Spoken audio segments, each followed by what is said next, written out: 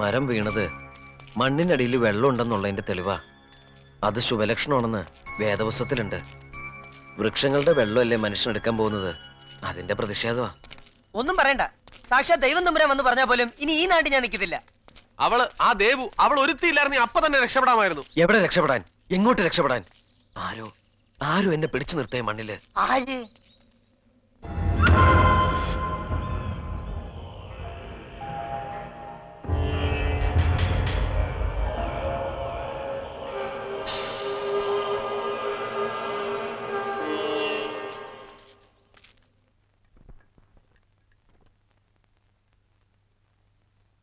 എന്താപ്പാ? ഒന്നുമില്ല. ഞാൻ ആ കിണർ പണിക്ക് പോയത് അപ്പായ്ക്ക് ഇഷ്ടപ്പെട്ടില്ല.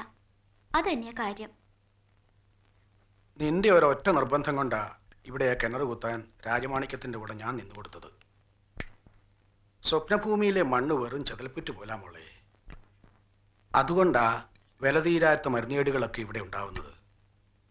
അവിടെ കുത്തിയിളക്കിയ ഇന്നല്ലെങ്കിൽ നാളെ ആ മണ്ണിടിയും. മടിയോടെയാണ് ഞാൻ സമ്മതിച്ചതെങ്കിലും ആ അപകടത്തിലേക്ക് നീ സ്വയം നടന്നു കയറിയപ്പോ നീ അല്ലാതെ അപ്പാക്കാരാ മോളെ? അപ്പ വിചാരിക്കുന്ന പോലെ ഒന്നും സംഭവിക്കില്ല. ഈ സ്വപ്നഭൂമി നമുക്ക് കൈവിട്ട് പോരുതെന്ന് അപ്പായ്ക്കും ആഗ്രഹമല്ലേ? പിറന്നു വീണ ഇടമില്ലെങ്കിലും ഈ മണ്ണിന്റെ ജീവനാ.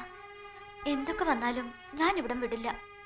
അപ്പ നോക്കിയോ, ആ കിണർ കുത്തി കഴിയുമ്പോ സൈരന്ദ്രൻ നദി ഇങ്ങോട്ട് ഒഴുകും. നമുക്ക് വെള്ളം കിട്ടും അപ്പ, നമുക്ക് വെള്ളം കിട്ടും. ആലോചിച്ചതൊക്കെ മതി എന്ന് പറഞ്ഞ വാസോണ്ട. എനിക്കിപ്പോ എന്റെ വീട്ടിൽ പോണം. വാസോണല്ലേ കൃഷ്ണ വാ എന്ന് പറഞ്ഞ് എന്നെ ഇവിടെ എത്തിച്ചത്. എനിക്ക് എന്റെ അമ്മയെ കാണണം. വാടാ, സമയം കളയാൻ നമുക്ക് എങ്ങനെയെങ്കിലും പുറത്തിയാടാ. ഒരു കാര്യം ചെയ്യേ, നിങ്ങളെല്ലാവരും കൂടി രക്ഷപ്പെട്ടോ. ഞാൻ വരുന്നില്ല. എന്റെ കാര്യത്തെക്കുറിച്ച് അതും ഇതൊന്നും ചിന്തിക്കണ്ട. അമ്മയുടെ അടുത്ത് തന്ന ആവശ്യമില്ലാത്തൊന്നും പറയാൻ വേണ്ട. നിങ്ങൾ പൊക്കോ. അങ്ങനെ പറഞ്ഞ പറ്റത്തില്ല, നീ കൂടെ വരണം. നീ ഇല്ല ഞങ്ങൾ എങ്ങനെ പോവാ? ഞാൻ വരുന്നില്ല എന്ന് പറഞ്ഞില്ലേ?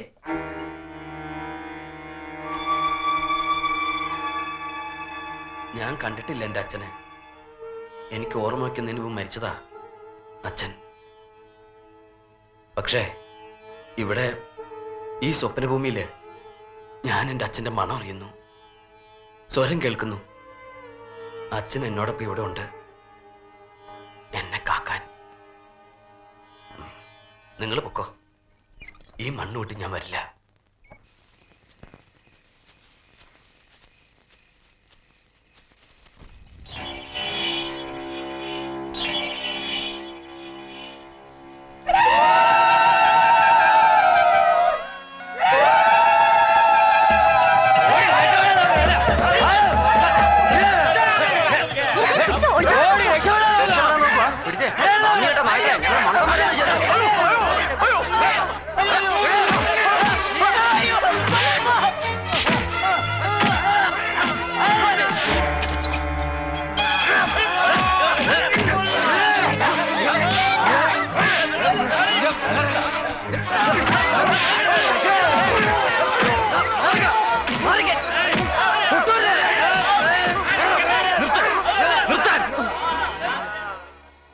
നീക്കാരാ ഇവരെ ദേഹത്തോടാൻ?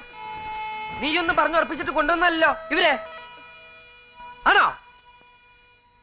അവരവരുടെ ഇഷ്ടത്തിന് വന്നു, ഇഷ്ടത്തിന് പോവും. തല്ലിച്ചതയ്ക്കാനും തടഞ്ഞു വെക്കാനും നിങ്ങൾക്ക് എന്താ അവകാശം?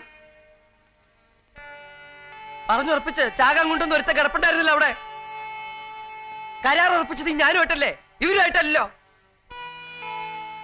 കാശിട്ട് തന്നത് ഈ കൈകളിലേക്കല്ലേ, ഈ കൈകളിലേക്ക്. ഈ കൈ കൊണ്ട് ഞാൻ കുഴിക്കും സ്വപ്നഭൂമിയിൽ ഒരു കിണറ്. ദൈവത്തെക്കാളും ഞാൻ സ്നേഹിക്കുന്ന എന്റെ അമ്മയാണ് സത്യം. നിങ്ങൾ ഇനി കുഴിക്കേണ്ടെന്ന് പറഞ്ഞാലും ഞാനത് കുഴിച്ചിരിക്കും.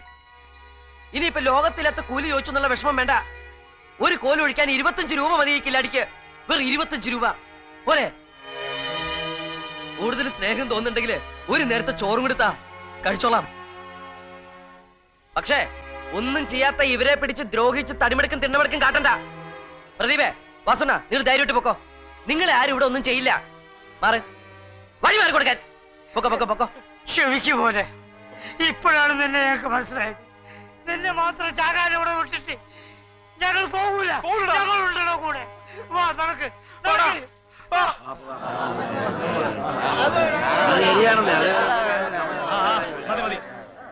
എല്ലാരും പിരിഞ്ഞു പോണം. നമുക്ക് പോവാം.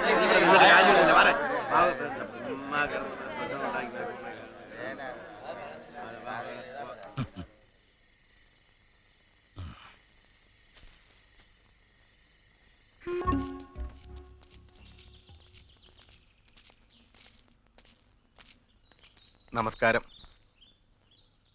തീരുമാനം കലക്കി.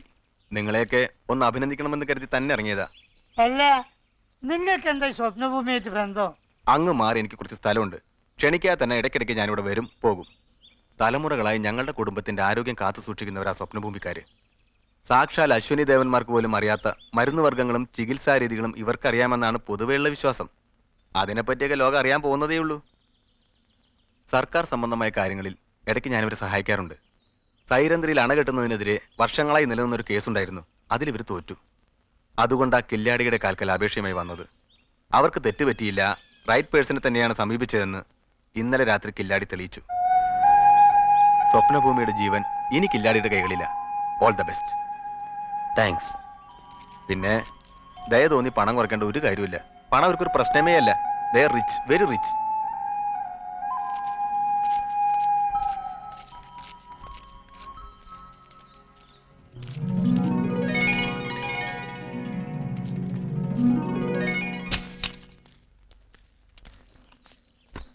കുഴിയെടുത്ത് കഴുക്കോല ഇറക്കണം. ആ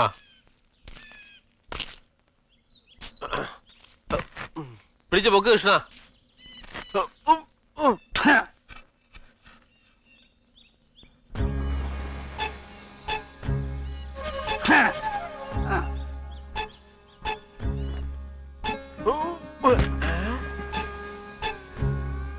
ഇറക്കാൻ ആരെങ്കിലും ഒന്ന് സഹായിച്ചാട്ടെ. പ്രദീപേ, എന്താ? കൂലിയില്ലാത്ത ജോലി എവിടെ ഉള്ളൂ? അത് പറഞ്ഞുറപ്പിച്ചിട്ട് ഇറക്കിയാ മതി.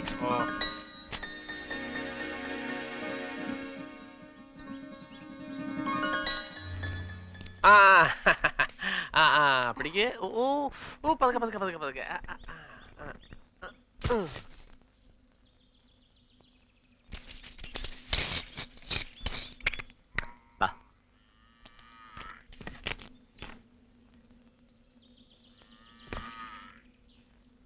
ഏയ്, ആടുമാടുകളൊന്നും ഇന്നലെ ഉറങ്ങിയിട്ടേ ഇല്ല. രാത്രി മുഴുവൻ കരച്ചിലും ബഹളമായിരുന്നു. എന്തേ? ഭൂമിക്കടിയിൽ നടക്കാൻ പോണ ബഹളങ്ങളൊക്കെ മനുഷ്യരെക്കാൾ മുമ്പേ അവരല്ലേ ആദ്യം അറിയാ. എന്തോ ഇയാൾക്ക് രാവിലെ തന്നെ വേറെ പണിയില്ലേ? പേടിപ്പിക്കാൻ നടക്കുന്നു. ഇവിടെ ഓരോരുത്തർക്കും ഓരോ പ്രത്യേകതയാ. പേരുകൾ തന്നെ കേട്ടില്ലേ? രാജമാണിക്യം, മല്ലിയണ്ണൻ, പവനയ്യ, ഭുവനയ്യ, രാജവെമ്പാല, പാമ്പാണ്, ഭുവനപ്പൻ, ജയയാനി. ദേവയാനിക്ക് എന്താ കുഴപ്പം? അല്ല, ദേവയാനിക്ക് മാത്രം കുഴപ്പമൊന്നുമില്ലെന്ന് ഞാൻ പറഞ്ഞു വരികയായിരുന്നു.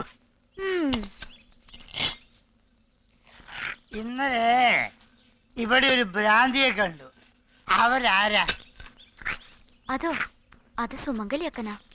സുമംഗലിയോ? ഓ, ഇവിടെ വന്നിട്ട് ആദ്യമായിട്ടാ നല്ലൊരു പേര് കേട്ടത്. അപ്പൊ ദേവയാനിക്ക് എന്താ കുഴപ്പം? ഏയ്, ദേവയാനിക്ക് യാതൊരു കുഴപ്പമില്ല. എത്ര നല്ല പേര്, എത്ര നല്ല ആള്. എത്ര നല്ല ആള്. ആ, എന്നിട്ട് സുമംഗലിയക്കനെ കുറിച്ച് പറ. അക്കനെ കുറിച്ച് ആരും ആരോടും ഒന്നും പറഞ്ഞൂടാ. അതാ ഇവിടുത്തെ രീതി, വിലക്ക്. ആരും അടുത്ത് പോകാൻ പാടില്ല, സംസാരിക്കാൻ പാടില്ല, നോക്കാൻ പാടില്ല, അറിഞ്ഞോ അറിയാതോ ഒന്നും കൊടുക്കാൻ വരെ പാടില്ല. അടുത്തെങ്ങാനും വന്നാലേ കല്ലെറിഞ്ഞ് ഓടിച്ചോണം. എന്തേ അങ്ങനെ? അതൊന്നും ഞാൻ പറയില്ല, ഒക്കെ ഇവിടുത്തെ രീതികളാ. അപ്പം ദേവയാനി ഒന്നും കൊടുക്കൂലേ? ഞാനും കൊടുത്തിട്ടുണ്ട്, ഒരുപാട് എറി. എന്റെ അടുത്ത് വരുമ്പോഴൊക്കെ ഞാൻ എറിഞ്ഞ് ഓടിക്കും. പക്ഷേ എറിയണത് അത്രയും പേരയ്ക്കും ആപ്പിളും ഓറഞ്ചും ആയിരിക്കും.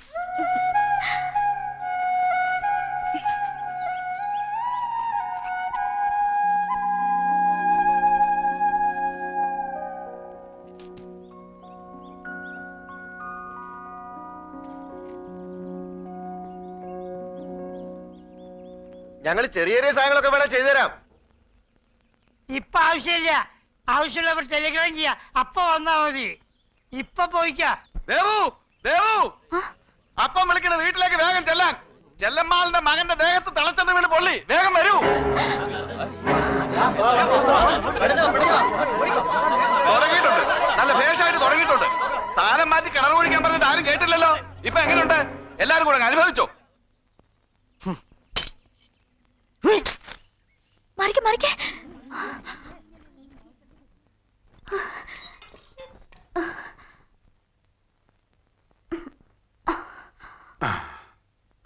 മെല്ലെ.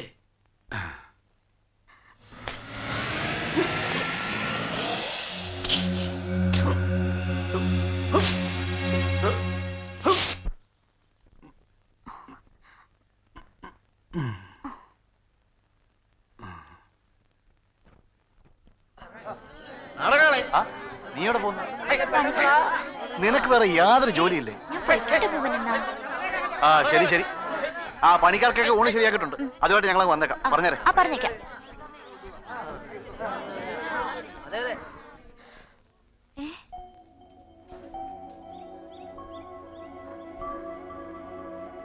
എവിടെ?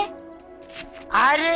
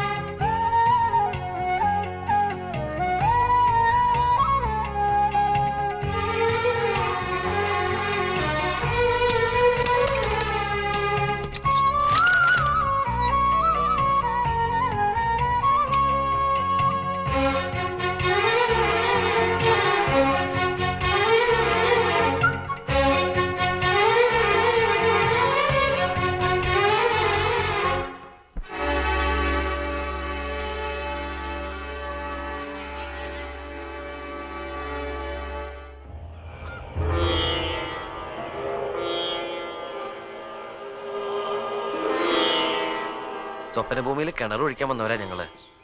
തുടക്കത്തിൽ ഒരില അനങ്ങിയ വഴക്കുമായിട്ട് വരുമായിരുന്നു സ്വപ്നഭൂമിക്കാര്. ഇപ്പോ 8-10 ദിവസമായിട്ട് യാതൊരു കുഴപ്പമില്ലാണ്ട് മുന്നോട്ട് പോവുക. ഇനി വെള്ളം കിട്ടണമെങ്കിൽ സ്വപ്നഭൂമിയിൽ ജനിച്ചു വളർന്ന ഓരോരുത്തരുടെയും പ്രാർത്ഥന ഉണ്ടായി തീരൂ. ഞങ്ങൾക്ക് കിട്ടിയ ഭക്ഷണത്തിന്റെ ഒരു പങ്കാ. സുമംഗലിയാക്കിന് ഞങ്ങൾ താമസിക്കുന്ന വീടിന്റെ ഒരു മൂലയില് വേണേല് ആരും അറിയാതെ അന്തി ഉറങ്ങാം. അത്താഴം മിച്ചം വല്ലതും ഉണ്ടെങ്കിൽ അതും കഴിക്കാം. ദാ വാ.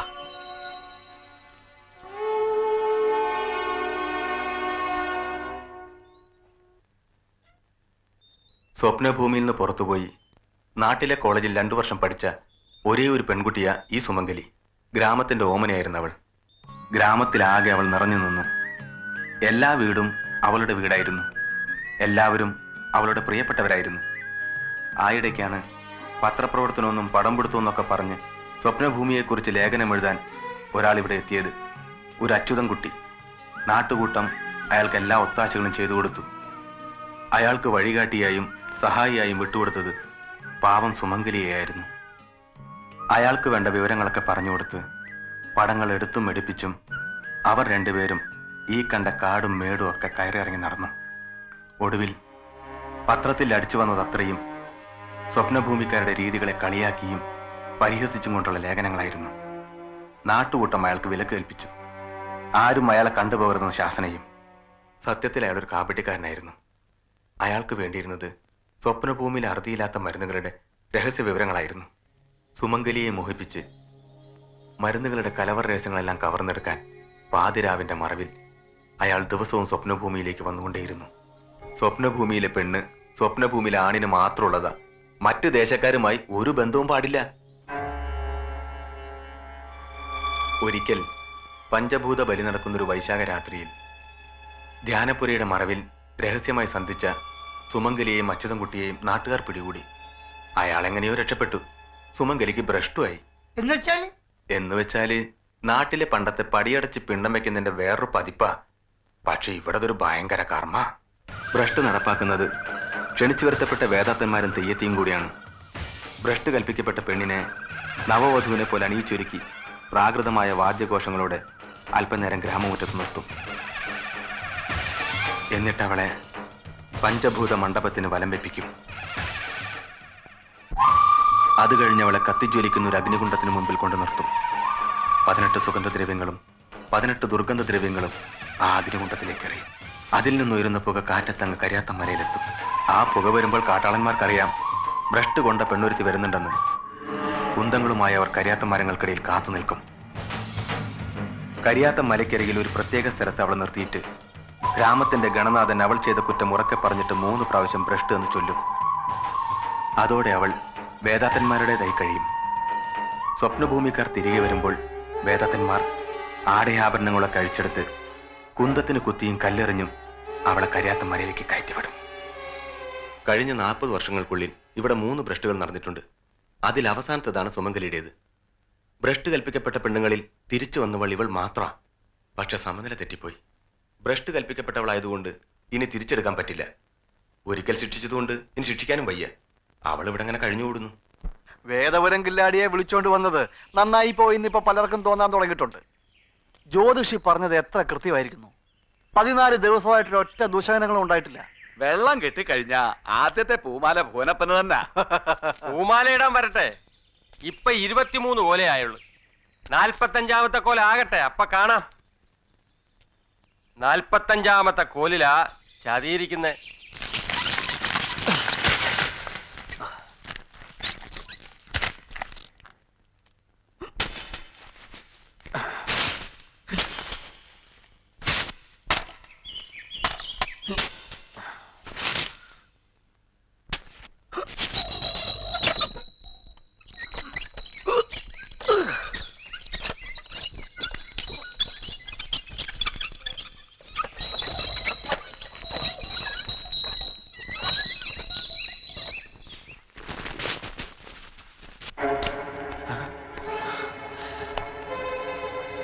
എന്റെ ഈശ്വര,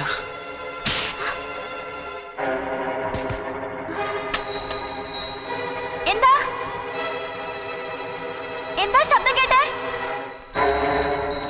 പ്രേമ, എന്താണ് എന്താ? ആ തൊട്ടിയം താഴേക്കിട്ടെ. പിടിക്കണോ?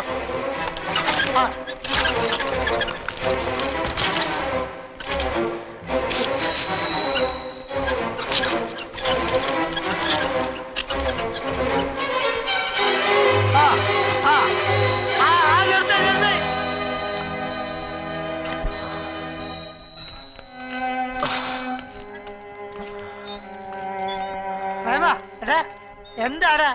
എന്ത് പറ്റിയടാ? എന്താ എന്ത് പറ്റിയടാ പ്രേമ? എന്താ എന്താ ഉണ്ടായ?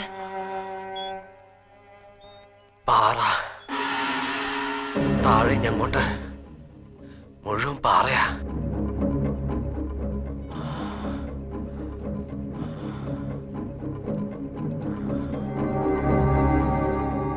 എന്താ എന്ത് പറ്റി? പാറയോ?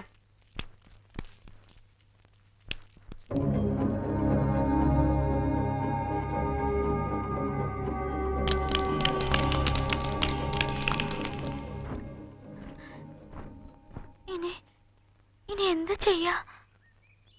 ഒന്നും ചെയ്യാനില്ല, ഒന്നും. പണ്ടത്തെ ഭൂമിയൊലുക്കത്തില് എങ്ങനെയോ വന്ന് ഉറച്ചുപോയ പാറയത്. ആ പാറയാ അന്നത്തെ മണ്ണടിച്ചിലിനെ തടഞ്ഞു നിർത്തിയത്, സ്വപ്നഭൂമിയെ രക്ഷിച്ചത്. അതിഞ്ഞ് പൊളിക്കാൻ പറ്റില്ല. പൊളിച്ച ഒരുപക്ഷെ ഇനിയും മണ്ണടിച്ചിലുണ്ടായേക്കാം. എങ്ങനെ പറ്റി എനിക്ക് തെറ്റ്? പൂജാമന്ത്രങ്ങൾക്ക് തെറ്റി, വേദപുസ്തകത്തിന് തെറ്റി, പണിയായുധങ്ങൾക്കും പെലിവാ പക്ഷിക്കും തെറ്റി.